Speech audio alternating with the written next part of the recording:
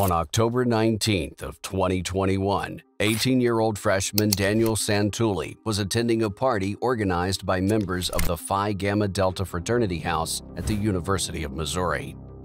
That night, he and other pledges were to undergo a hazing ritual, which is essentially a set of activities one must complete to be initiated into a fraternity. A customary part of many hazing rituals is the overconsumption of alcohol, and this was no different for Danny. Indoor surveillance footage of that night shows Danny walking around the hallway with a bottle of vodka in his hand. Later, a fraternity member is seen using a tube to pour beer into Danny's mouth while he was still consuming the vodka. It quickly became apparent how intoxicated Danny was at this point, as he was captured stumbling around and falling over on camera just moments after. In response to this, Danny was transported to a nearby couch to sleep it off. About 2 hours later, a fraternity member finds Danny unresponsive on the floor and lifts him back onto the couch. Other members then come into the room and notice that Danny wasn't breathing properly and his lips were blue. Danny is picked up and carried towards the door, but is dropped on his head in the process. Then, outside, fraternity members place Danny into a car that was waiting to take him to the University of Missouri Hospital. Unfortunately, however, by this point, it was already much too late for Daniel Santulli. Upon arriving at the hospital, Danny's blood alcohol level was a staggering 0.486%, which is over 6 times the legal limit. He had already been in cardiac arrest for a significant amount of time at that point and had severe brain swelling. Due to this, Danny unfortunately suffered life-altering injuries. The brain damage he received rendered him completely paralyzed, unable to talk, as well as blind. His condition was so dire that he remained in the intensive care unit from the night of the incident until December 8, when he was stable enough to be transported to a Colorado hospital that specialized in brain injuries. On May 25, 2022, Daniel was deemed fit to be sent back to his hometown in Minnesota. Around 1 year after the incident, Danny's parents, Tom and Mary Santulli, appeared on an episode of Dr. Phil, where they described what they experienced that night and the changes they had to make in their lives since then. Here is that clip. For Danny, we'll get him up in the lift, put him in a shower chair, and then this is the area that we shower him in. Following the event, the Phi Gamma Delta fraternity house was officially closed by the University of Missouri. Looking to seek damages against its members, the Santullis filed a lawsuit against 23 defendants who were present that night with the help of their attorney, David Bianchi. Fortunately, they were able to settle for undisclosed amounts with each of these defendants. The money will help pay for Danny's care, as his medical bills amounted to nearly $2 million just in the year following the hazing. Despite the awful situation that unfolded that night, however, Danny's parents, as well as his sister Meredith and brother Nick, maintain high hopes that through treatment his situation may improve over the coming years. The family hopes that Danny's situation will bring awareness to the dangers of alcohol and inspire people to call for help if they see someone in distress. Early in the morning of September 6, 2016, Keisha Valentine was awoken from her sleep by what appeared to be the sound of her front door being kicked in. As she exited her room to investigate, she saw the flash of a gunshot before she even had time to react. Unbeknownst to her, an armed intruder was in her home. She was hit in the chest, but managed to stumble into her room and close the door behind her while the gunman was still firing in her direction.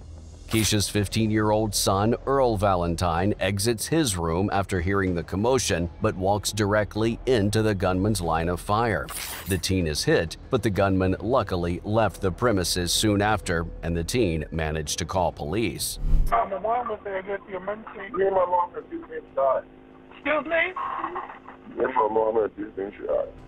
Police soon arrived at the home and were met with a disturbing scene.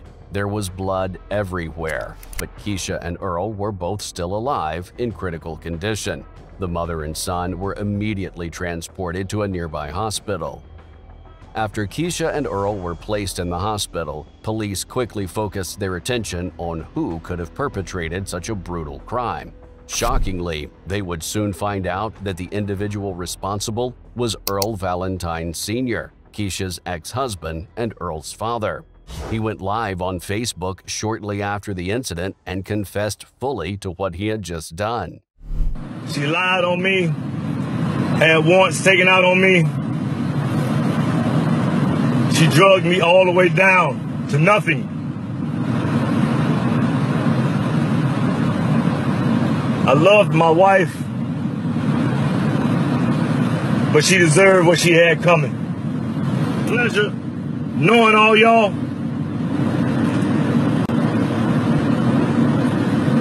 I've been very sick for months,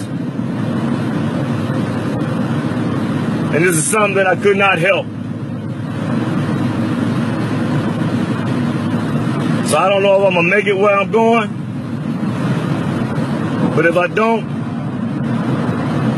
I wish all of you a good life. After police were made aware of the live stream, a huge manhunt ensued to find Earl Valentine. 3 days later, he was spotted at a motel in Columbia, South Carolina. Police surrounded the premises, but before they could enter the building, they heard a single gunshot. Valentine had taken his own life with the very same gun he used against his ex-wife and son. According to Keisha, Earl Valentine had a long history of violence and run-ins with police. She said that he would regularly make threats on her life, but he never actually attempted anything until the night of the incident. He would, however, regularly lash out at her and their children. Back at the hospital, Keisha was stable, although in bad condition. The bullet in her chest caused partial paralysis in her legs, but did not cause any lethal damage.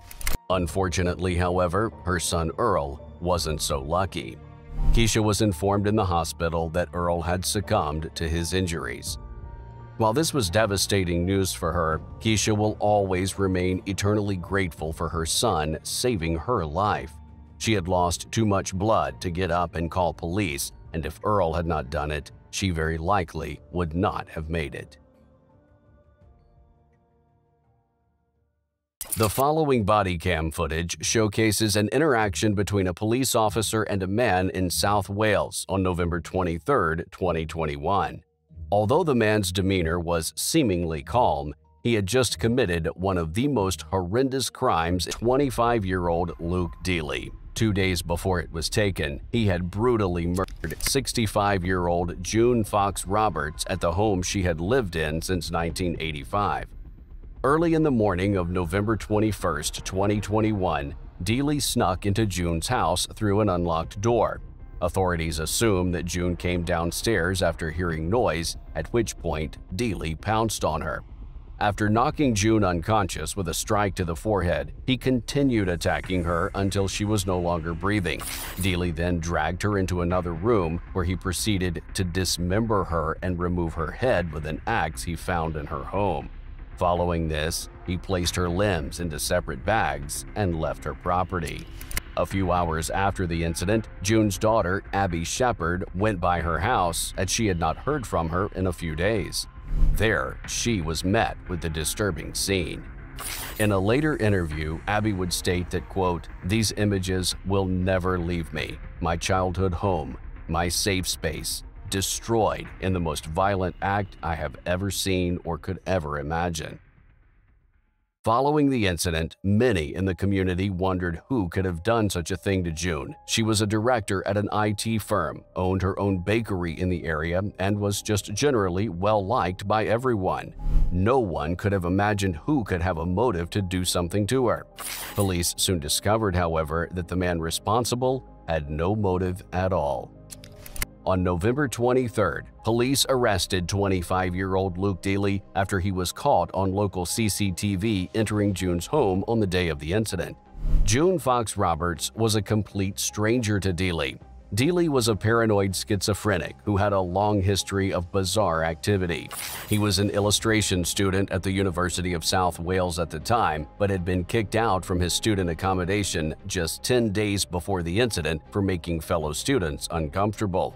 Reports state that he acted aggressively and used various slurs towards female students. This was not the first time he had acted erratically, however, as he had previously been admitted to a psychiatric hospital in 2019.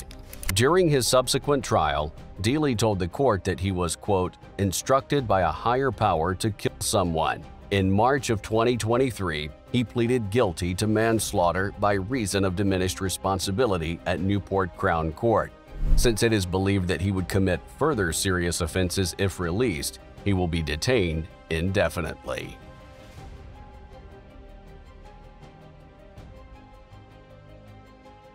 Our deepest condolences go out to the families and friends of all of those covered in this video.